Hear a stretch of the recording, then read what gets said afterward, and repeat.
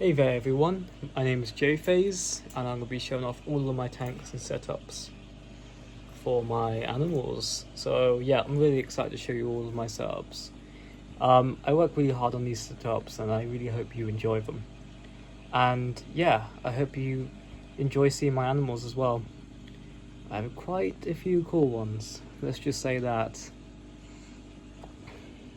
So here we have the biggest tank of my pet setups, and out of all my tanks, what's it called, this is the longest tank I've had, the longest in terms of like just keeping animals in it, because I've phased tanks around. But yeah, it's got a lot of stuff. It features 2 islands, some fish down below. Yes, what's it called, it could do with a bit of cleaning here, but I need to finish that, but it does take a long time, so I thought I'd do half of it before I start the video. So yeah, so what's in this tank? We got some Aspidora's catfish, we got some panda cories down there, we got some white cloud minnows, we got some guppies, lots of guppy babies, that's the female guppy. Lots of cherry shrimp as well. It's quite hard to see them, but there are quite a few red cherry shrimp around if you look closely. But yeah, lots of Aspidora's catfish grazing on the debris. But yeah, I'll show you some of my favourite animals right now. We got the fire-bellied toads. Now, these are about 5 months old, so yeah, they're pretty young right now. I got them at 3 months old, so I've had them for about 2 months. But yeah, they're actually adorable, and they have the best personalities ever. So you got these, and I don't know where the 4th one is. I think the 4th one is hiding. But I can show you the UK froglet I have. And this is a UK common froglet, which eventually becomes a UK common frog. It's about 7 months old. It's still pretty young right now. You can see by its size, it's quite small. They're basically the same things as the fire-bellies, and they coexist. The fire-bellies, it's quite fun watching them like hang out together. But yeah, I've also got some mourning geckos as well. If we go up a bit higher, so as you can see, there's a mourning gecko here. Of course, you've got the gecko bowls up here. There's a shelf for the geckos to like hang out on as well. Some of the plants that I have, so I want to talk about decoration first. Got the cork bark tunnels. We've got just some random sticks around. We've got a cork bark log, like a little ledge for them to like get out of the water on, and just sit and perch if they want to have something to like stay moist on but not go in the water yet. It's also a good way for them to get out, because the thing is about this tank, and that's the biggest problem about this tank, is this. The problem is building like land with water is such a pain, because it sometimes will sink into the tank water, and it's always been a problem because, as you can see the like gradual process as things have gone down. I have slowly been trying to fix it every so often, so I do have to change it occasionally. However, I haven't had to do that for a while. I still need to do that for this island. This one's a lot more overgrown because I've just let the Boston ferns grow. Amazing plant, by the way. This thing has been killing it in the tank. But yeah, as you can see, this island is starting to shrink because without these like acrylic dividers, it will just basically fall back into the water, and slowly the land will retreat, meaning the frogs don't get as much land. But there is quite a fair amount of land, as you can see. There's still a decent amount of the island to explore, and of course they can climb the fern. That's more of something the mourning geckos would do. As you can see, I've also got some golden pothos as well. It's been growing quite well. I've moved some of it to another part of the tank, or not another part of the tank, but another tank, because I've just got so many of it. That's the great thing about golden pothos, it grows so fast. You've got extras, and it's good because I've got multiple ecosystems. But this is the only true ecosystem I have, really, because most of my tanks aren't multi-species, but this is my big project for 200 litre. But yeah, fire bellies, mourning geckos, tons of fish. I do have a cleanup crew. It's composed of springtails, and there's a bunch of dairy cows that live as well. The great thing about dairy cows is the fire bellies can't eat them as they're too big, which is amazing. Because fire bellies will literally try and eat anything. But yeah, look, it's the UK common froglet. Oh. If I just open the lid, you might be able to see the gecko. Yeah, that's one of the geckos. She's the smallest, but as you can see, that's Mini Spook. But yeah, definitely my favourite tank. It's probably my biggest project yet. I've been working on this tank for about 4 months before basically I stopped adding stuff to it. Obviously I've added animals as the months went by. Oh look at this. Oh, they're really good climbers. They get very jealous of the geckos sometimes. If they see them up there, they try and copy them, or they try and go into the gecko bowl, which is like, and they treat it like a hot tub.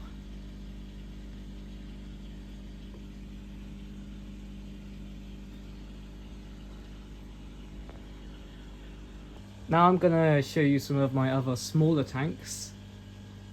These are a lot newer than my 200 litre tank. This tank is actually quite interesting. I found this tank in a skip, and it's quite a big tank, to be honest. Yes, there's a bunch of like stuff on it was cool, but it was really hard to get off. I'm still trying to work on the weight, especially because of that thing. But luckily I'm just keeping springtails and like wood lights on that side, so it's fine. This is okay because there's nothing really to worry about on the cherry shrimp size, because I've got rid of all of it. And you know, that part, there's no animals on that side, so that white stuff is okay for now. But yeah, if I want to put some animals in, I'll remove it. Just thought I'd point that out. Yeah, we've got a bunch of cherry shrimp in here. Yeah, there's a lot of sort of in here. You've sort of seen it in the other tank, but I like using it. I just think it's a great plant to help oxygenate and just filter the water. Using a sponge filter for this because I don't want, you know, the baby shrimp to get the shrimplets to get sucked up. These are actually stowaways. These little baby shrimp. I actually brought adults as well, and there are a bunch of adults hiding in the Salvinia. But yeah, you see that one there. Some of the bigger ones are the like adults. Well, I say adults, but they're more juveniles. But yeah, you can see the smaller ones. They actually came from the big tank. When I was transporting the Salvinia, they stowed away. There's still some of them in there, but about 10 of them got into this tank, which is cool because yeah, when I was starting out the tank, you know, and just moving stuff over, I didn't realise. And they basically, whilst I was waiting to put the bigger shrimp in, there was still life in the tank. Because I didn't want to, like, you know, just move everything straight away. This side has millipedes in it. However, I can't see any actually. Hold on. There is a millipede down there. It's very quiet, but yeah. I got some fruit flies in there as well, because there's another animal in here too. And this side is for my African dwarf frogs. I love these animals. It's just fun just watching them because they're very silly, and they just like to mess about with each other. And they're just very quirky. They're very similar to fire bellies in terms of like how they have different personalities. I know a lot of animals will for each individual animal, but I feel like this is, you know, even more the case. But yeah, I love them. This is my scorpion tank. Yes, I do have a heat mat. I do not think it's... Let me see if it's actually out. Yeah, it's down there somewhere. Dug a burrow. This is in there. No. So yeah, the scorpion isn't out right now. Normally it comes out at night. And of course I just put a tiny dab of water on there so it can drink. But yeah, it's quite a nocturnal animal, as most scorpions are. But yeah, this one especially likes to burrow. It's a Utah sand swimmer, so that's what they do in the wilds. But yeah, I've got a good amount of substrate, a mixture of desert sand and cocoa coir to hold up the sand from just falling apart when it burrows. It seems to be doing quite a good job since it keeps returning alive. Now these are my alpine newts. I've just misted this tank, so it's quite hard to see them. But if you look closely, there's one there. I also don't really want to open this. But yeah, you can see one of them here. If I just camera around. I don't really want to open this, mainly because I've missed it. I don't want the humidity to go, and also there's still fruit flies in the tank that are eaten. I don't want them to escape, because I've put a lot of stuff around this vivarium. Because yeah, this is just a temporary setup before we go in for 200 litre, when they get bigger. When they're proper alpine newts, not, you know, the juvenile stage. Because these are alpine newt efts, basically. Yeah, they've just got, you know, some foliage to hang around in and a water bowl. Of course, I sprinkle fruit flies every day in there. Calcium dusting, of course. So, of course, we've got another setup. This is one of my bigger setups. These have UK common frogs and UK common toads. Now, disclaimer, these are all captive bred. So, yes, they're all fine to keep because they've been bred over generations in captivity. These were never born in the wild, so they haven't been taken, and neither were their parents. Yeah, so legally I can keep these and breed them. So yeah. But yeah, this is a fairly new animal. I've only had them for 2 weeks. I wasn't meant to have a breeding pair, but I've got a breeding pair of each, of toads and frogs. These are UK common frogs and UK common toads. But yeah, it just happened, I guess. So yeah, it's not the most ideal situation, because I was hoping to have more froglets and toadlets to put in the big tank, because yeah, I didn't really have too much room for them. But what I'm doing is right now is I'm using a 56 litre tank. It's not a crazy amount of space, but I give them enough water. I give them a hide. There's a toad, and there's also a female frog hide in there. This is a male toad, and this is a female toad and a male frog. But yeah, they do like the water setup, and yeah, they're eating fairly well and getting on. Yeah, the cork bark tunnel was new. I just got it today, so and they seem to be enjoying it. Especially, I wanted to just give them more land access. Also, if you want to know what I use to make sure, like, you know, the water doesn't fully destroy my setup, I normally use tortoise strain. You can get this from Pets at Home. It's a great substrate for holding water. If I use cocoa coir, it just destroys it, and then it ruins the water. But yeah, as you can see, I've got this as well. Got some pebbles for them to climb out. Yes, they're able to climb out fine. But yeah, that female frog's been in there for quite a while. She does like to hide, but yeah, but that's fine. So yeah, and also they do love to perch up here as well. I do have some videos coming soon of them eating flies, and I'm hoping to get some more feeding videos out as well. Now, one of my setups before was the tadpole setup. This is for the bumblebee tadpoles. I've got a sponge filter setup going, got some salvinia as well, and I've got a big 17 litre tub, because I don't want to do the traditional dart frog way, where, like, you know, it's risky with water changes and you've got to be careful and you've got to do it every single day of water changes, or every like 2 days or every other day. So I'm playing the long game, or playing the better game, actually, let's just say that. Because if I do it this way, it's much better. Because, well, God, I just lost my train of thought. Basically, the water gets filtered, unlike, you know, just the little cups that people use. and if that's one less variable I get to control, the filtration and the ammonia swings. Obviously it's not 100% crystal perfect, but it's much better, and I've raised tadpoles from other species like this before, so I know it does work. This one over here is starting to get legs. You can see that tadpole there, just a glimpse of it hide behind the leaf. This one's starting to get legs. There's only 2 in here. These are standard bumblebee dart frogs, if anyone curious. But yeah, but they're currently on the 6-week plus diet, so something to feed the tadpoles when their legs start forming. Both of them are starting to slowly get their limbs. This one is more noticeable. But yeah, as you can see, you can kind of see the legs here. Quite hard to show on camera, but yeah, there you go, you can really see the leg there. It's really exciting because it could be a month away when I can actually see them as froglets, especially that one.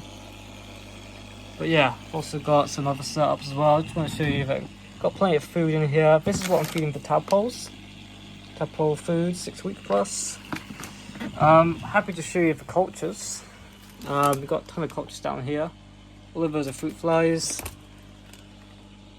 Mostly I make my own cultures. I normally buy the culture sets, and then I'll just basically farm it from an existing one, or I'll purchase an extra batch. Got some earthworms in here. This is what I feed my UK common frogs and toads, and I gut load them, set dust in. If they're feeling a bit fussy, I will resort to fruit flies, which is what I do sometimes. Now this is my Brachypelma hamori spiderling. It's a bit misty in here, but if you look closely,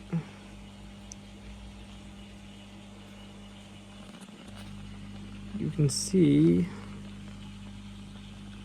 the tarantula. Obviously you can't tell for sex, but yeah, yet of course. But yeah, this is just a small spiderling. This one's molted once so far, so I'm quite glad. Speaking of molts, I've got another one that has achieved molts before, and it is the orchid mantis. Now she, because she's doubled in size each time, has molted twice, and I've got both molts as well stored in the jar. There's actually a short of her latest molt actually on my channel. I think it's my latest short still, but yeah. This is my orchid mantis.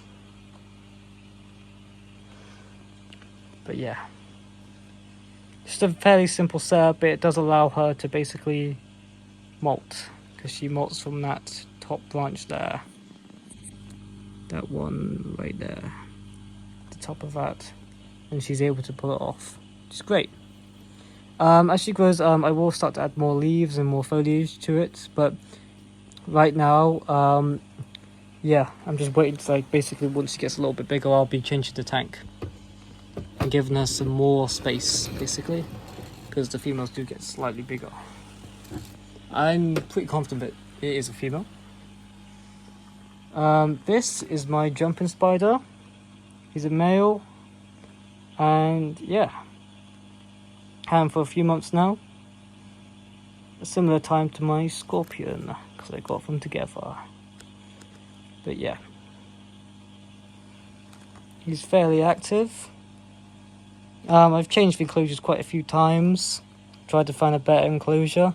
This is what I found. I like it because it's got a front lid, and of course I don't have to open this top one and ruin the webbing. But yeah, I'm going to put this one back, because I've got some meal worms here too. I do have some wax worms as well. But yeah, it's good to have multiple feeders in stock, especially what's it called, because I've been ill a few times, and when you're ill, it's quite hard to like actually get some new stock. Basically, yes, I can't order from Amazon, but sometimes raw matter can be a pain to get to my address. So yeah, I've had a few issues with that in the past. This is my vampire crab setup. It's quite hard to see, but yeah, he is in there. I've only got one vampire crab right now. Yeah, it's sad, but I will be adding some more. The species is a yellow banana vampire crab, by the way. So, fun fact.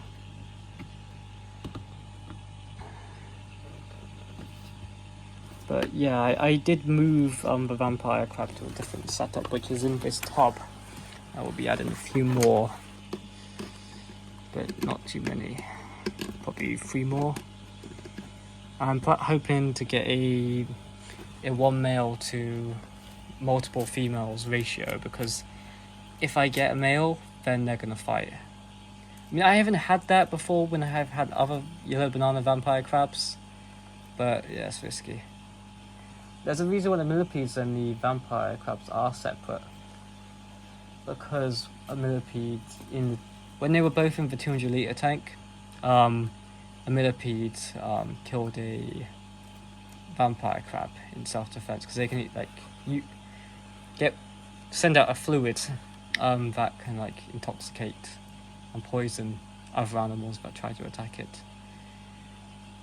So yeah, I mean, I didn't know this about millipedes before, but I also see a lot of people use millipedes with amphibians, and I don't recommend it.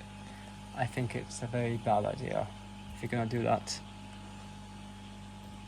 So yeah, I'm pretty sure it's most millipedes that will do this. In fact, I don't know a single millipede that doesn't do this actually, so yeah. But also, yellow banana vampire crabs are quite underrated. I don't see them much around, and a lot of people always get them confused with other vampire crabs. They're also known as yellow back vampire crabs, but also that gets confused with ones that don't have a full yellow back. But yeah, I mean, I'm not gonna like just flash into the tank and try and get the vampire crab out, because there's no need. If it's hiding, it's hiding. And there you have it. That's all of my tank setups. I think that's all of them. I mean, tune in for more when the dart frog tadpoles become actual froglets. I'm excited to like show you all, but I'm just looking forward to the progress. I'm just showing you my journey as I look after all these animals. So yeah. So I hope you enjoyed the video, and yeah, subscribe for more and leave a comment which was your favorite setup. And yeah.